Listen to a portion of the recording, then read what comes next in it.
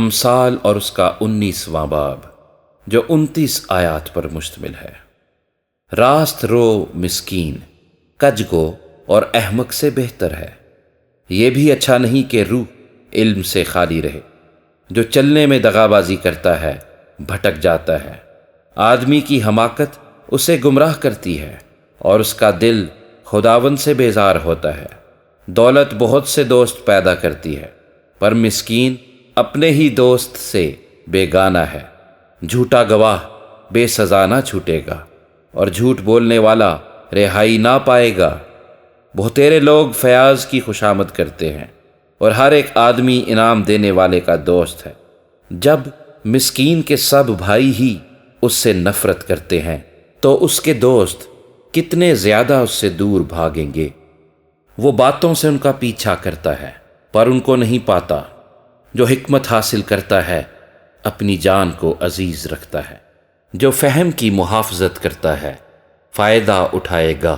جھوٹا گواہ بے سزا نہ چھوٹے گا اور جو جھوٹ بولتا ہے فنا ہوگا۔ جب احمق کے لیے ناز و نعمت زیبا نہیں تو خادم کا شہزادوں پر حکمران ہونا اور بھی نامناسب ہے۔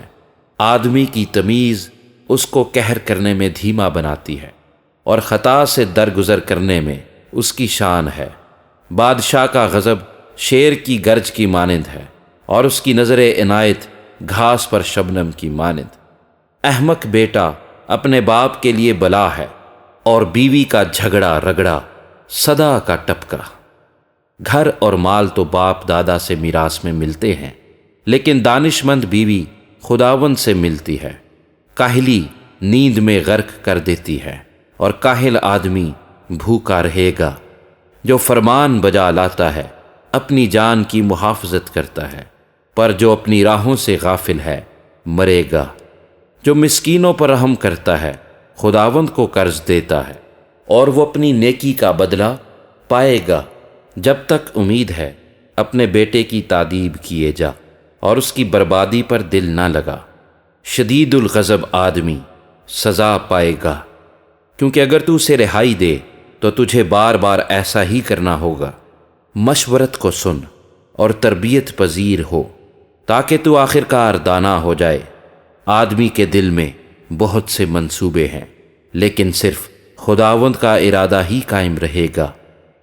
آدمی کی مقبولیت اس کے احسان سے ہے اور کنگال جھوٹے آدمی سے بہتر ہے۔ خداوند کا خوف زندگی بخش ہے اور خدا ترس سیر ہوگا اور بدی سے محفوظ رہے گا۔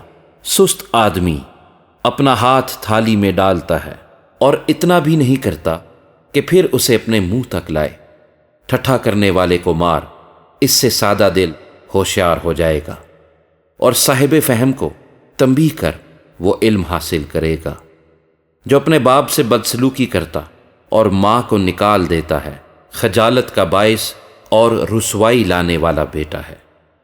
اے میرے بیٹے، اگر تو علم سے برگشتہ ہوتا ہے تو تعلیم سننے سے کیا فائدہ؟ خبیث گواہ عدل پر ہنستا ہے اور شریر کا منہ بدی نگلتا رہتا ہے۔ ٹھٹھا کرنے والوں کے لیے سزائیں ٹھہرائی جاتی ہیں اور احمقوں کی پیٹھ کے لیے کوڑے ہیں۔